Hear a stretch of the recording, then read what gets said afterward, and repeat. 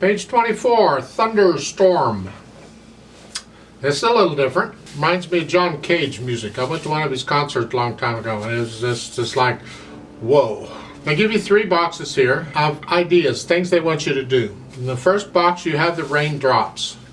You're using the tetrachord thingy here, although they're saying to go here. I prefer if we do that, we leave the thumbs out. But you can use your fingering if you want. Staccatos. Start out triple P, which is very, very soft. Like, I mean, about as soft as you can go. And then you gradually get louder. It doesn't say how louder, it's up to you.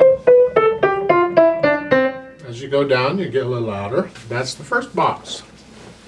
And you don't have to play them here. You can play them here, you can play them up here. Whatever, it's up to you. I'm playing them a bit fast too. But, no. Second box is the thunder. Well, it's not really after any particular notes in particular. It's what we call a block of notes, a group of notes.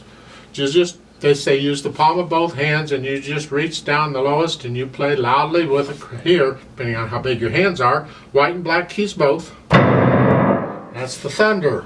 Okay.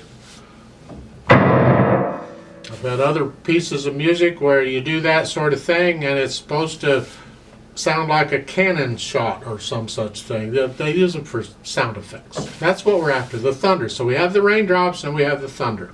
Oh, that's nice. And this has to be down here. You're not going to have thunder up here too. That's a wimpy thunder. You got to have the low on the thunder. And then we get the lightning. Well, this is a glissando, is where you use your fingernail and you simply gliss up or gliss down or slide up and use the thumb,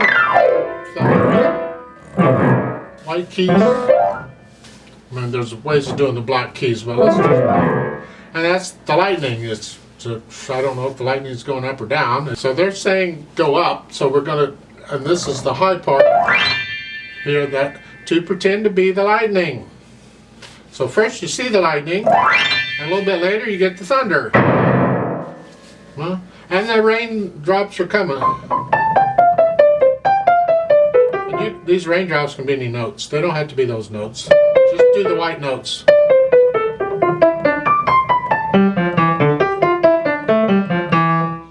Where you make it up. That's the point. You make it up. You decide where they're going to play or how fast. You might, at the beginning, it might just be a drop or two, and then it starts.